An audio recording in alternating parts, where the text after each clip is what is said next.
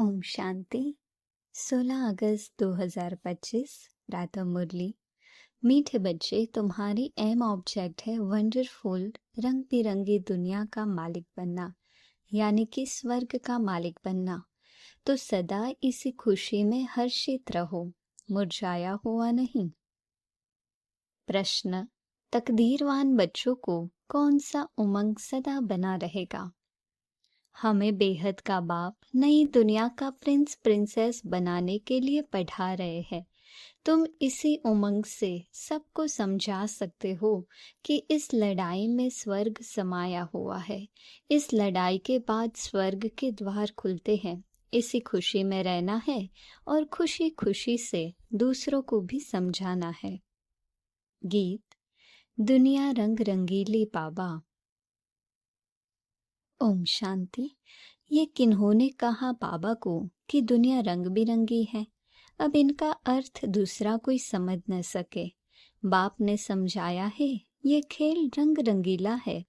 कोई भी बाइस्कोप आदि होता है तो बहुत रंग बिरंगी सीन सीनरियाँ आदि होती है ना। अब इस बेहद की दुनिया को कोई जानते ही नहीं।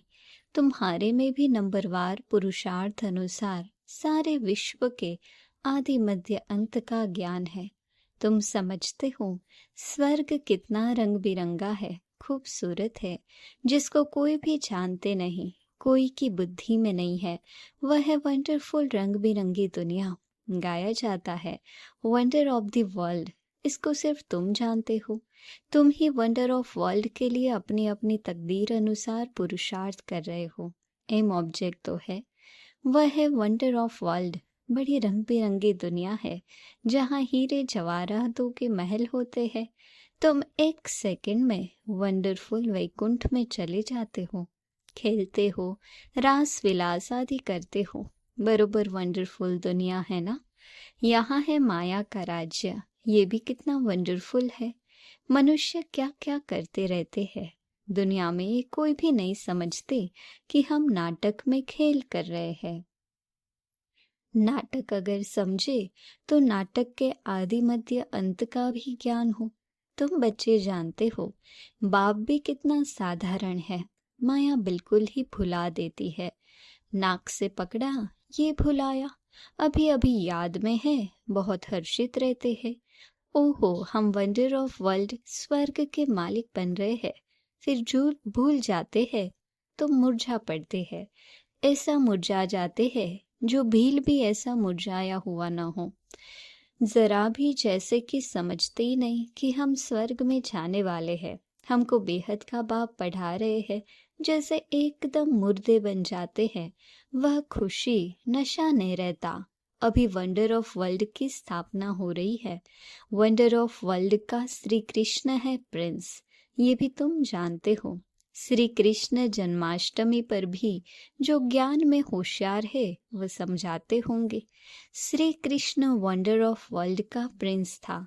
वह सतयुग फिर कहाँ गया? सतयुग से लेकर सीढ़ी कैसे उतरे? सतयुग से कलयुग कैसे हुआ? उतरती कला कैसे हुई? तुम बच्चों की बुद्धि में ही आएगा। उस खुशी से समझाना चाहिए। श्री कृष्ण आ रहे हैं। श्री कृष्ण का राज्य फिर स्थापन हो रहा है। ये सुनकर भारतवासियों को भी खुशी होनी चाहिए। परंतु ये उमंग उन्हों को आएगा जो तकदीरवान होंगे। दुनिया के मनुष्य तो रत्नों को भी पत्थर समझकर फेंक देंगे। ये अविनाशी ज्ञान रत्न है ना। इन ज्ञान रत्नों का सागर है बाप। इन रत्नों की वैल्यू बहुत है। ये ज्ञान रत्न धारण करने हैं। अभी तुम ज्ञान सागर से डायरेक्ट सुनते हो तो फिर और कुछ भी सुनने की दरकार ही नहीं। सतयुग में ये होते नहीं, न वहाँ LLB न सर्जन आदि बनना होता है। वहाँ ये नॉलेज ही नहीं। वहाँ तो तुम प्रारब्ध भोगते हो। तो जन्माष्टमी पर बच्चों को अच्छी रीति समझाना है। अनेक बार मुरली भी चली हुई है। बच्चों को विचार सागर मंथन करना है, तभी पॉइंट्स निकलेंगी। भाषण करना है तो सवेरे उठकर लिखना चाहिए, फिर पढ़ना चाहिए। भूली हुई पॉइंट्स फिर ऐड करनी चाहिए। इससे धारणा अच्छी होगी। फिर भी लिखत मुआफिक सब नहीं बोल सकेंगे। कुछ न कुछ पॉइंट्स भूल जाएंगे। तो समझाना होता है श्री कृष्ण कौन है। ये तो वंडर ऑफ वर्ल्ड का मालिक था। भारत ही पैराडाइज था। उस पैराडाइज का मालिक श्री कृष्ण था। हम आपको संदेश सुनाते हैं कि श्री कृष्ण आ रहे हैं। राजयोग भगवान ने ही सिखाया है, अब भी सिखला रहे हैं। पवित्रता के लिए भी पुरुषार्थ करा रहे हैं, डबल सिरताज देवता बनाने के लिए। ये सब बच्चों को स्मृति में आना चाहिए। जिनकी प्रैक्टिस होगी वह अच्छी रीति समझा सकेंगे। श्री कृष्ण के चित्र में भी लिखत बड़ी फर्स्ट क्लास है।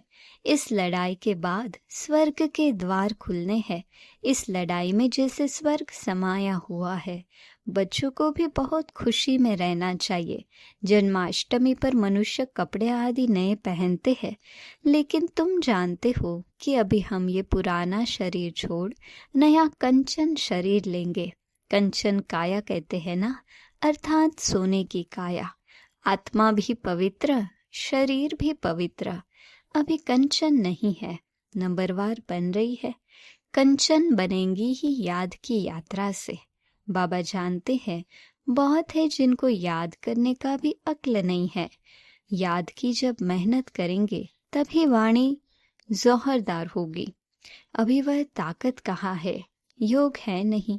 लक्ष्मी नारायण बनने की शक्ल भी चाहिए ना, पढ़ाई चाहिए। श्री कृष्ण जन्माष्टमी पर समझाना बहुत सहज है। श्री कृष्ण के लिए कहते हैं श्याम सुंदर। श्री कृष्ण को भी काला, नारायण को भी काला, राम को भी काला बनाया है। बाप खुद कहते हैं मेरे बच्चे जो पहले ज्ञान चिता पर बैठ स्वर्ग के मालिक बने, फिर कहाँ चले गए। काम चिता पर बैठ नंबरवार गिरते चले आए। सृष्टि भी सतो प्रधान, सतो रजो तमो बनती है, तो मनुष्यों की अवस्था भी ऐसी होती है। काम चिता पर बैठ सब शाम अर्थात काले बन गए हैं। अब मैं आया हूँ सुंदर बनाने। आत्मा को सुंदर बनाया जाता है। बाबा हर एक के चलन से समझ जाते हैं मनसा वाचा कर्मणा कैसे चलते हैं, कर्म कैसे करते हैं, उससे पता पड़ जाता है। बच्चों की चलन तो बड़ी फर्स्ट क्लास होनी चाहिए। मुख से सदैव रत्न निकलने चाहिए। श्री कृष्ण जयंती पर समझाने का बहुत अच्छा है। श्याम और सुंदर की टॉपिक हो। श्री कृष्ण को भी काला तो नारायण को फिर राधे को भी काला क्यों बनाते हैं। शिवलिंग भी काला पत्थर रखते हैं। अब वह कोई काला थोड़ी है। शिव है क्या और चीज क्या बनाते हैं। इन बातों को तुम बच्चे जानते हो। काला क्यों बनाते हैं तुम इस पर समझा सकेंगे। अब देखेंगे बच्चे क्या सर्विस करते हैं।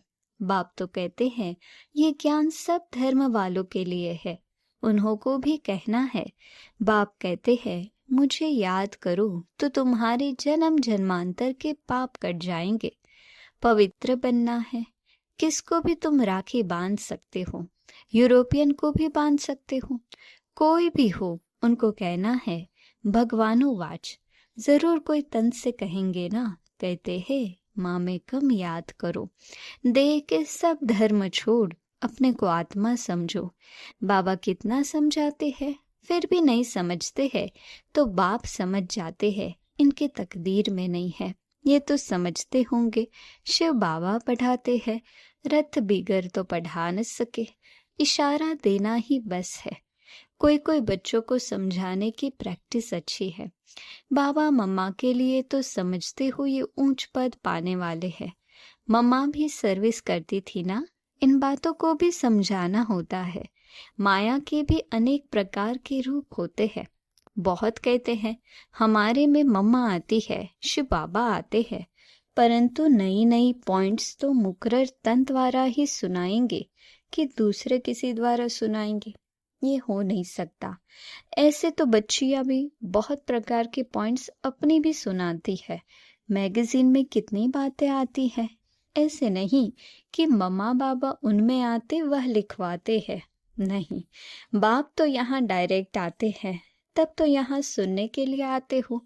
अगर मम्मा पापा कोई में आते हैं तो फिर वहां ही बैठ उनसे पढ़े। नहीं, यहाँ आने की सबको कशिश होती है, दूर रहने वालों को और ही जास्ती कशिश होती है। तो बच्चे जन्माष्टमी पर भी बहुत सर्विस कर सकते हैं। श्री कृष्ण का जन्म कब हुआ ये भी किसको पता नहीं है।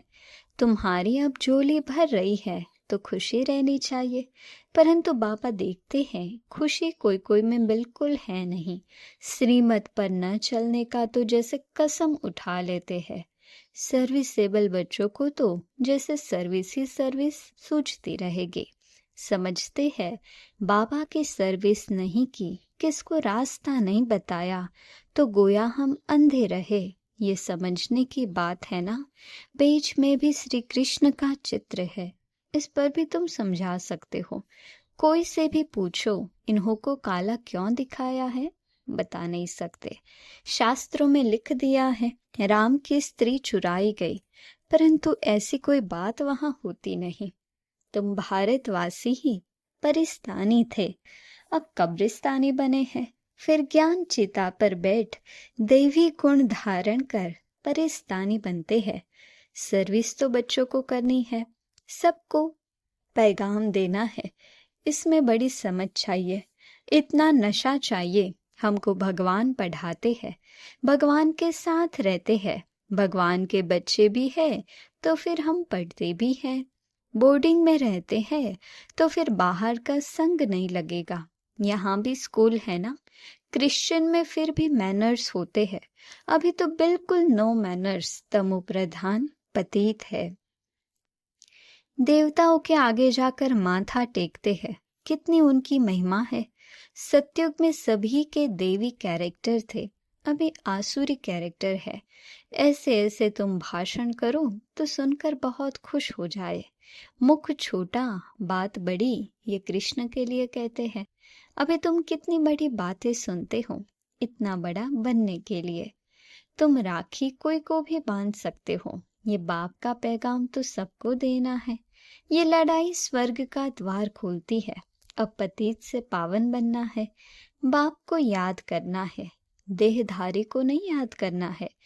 एक ही बाप सर्व की सदगति करते हैं। ये है ही आयरन एजेड वर्ल्ड। तुम बच्चों की बुद्धि में भी नंबरवार पुरुषार्थ अनुसार धारणा होती है। स्कूल में भी स्कॉलरशिप लेने के लिए बहुत मेहनत करते हैं। यहाँ भी कितनी बड़ी स्कॉलरशिप है, सर्विस बहुत है। माताएं भी बहुत सर्विस कर सकती है।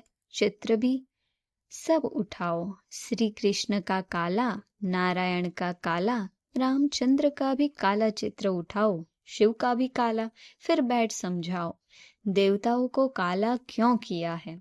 श्याम सुंदर श्रीनाथ द्वारे जाओ तो बिल्कुल काला चित्र है, तो ऐसे ऐसे चित्र इकट्ठे करने चाहिए, अपना भी दिखाना चाहिए।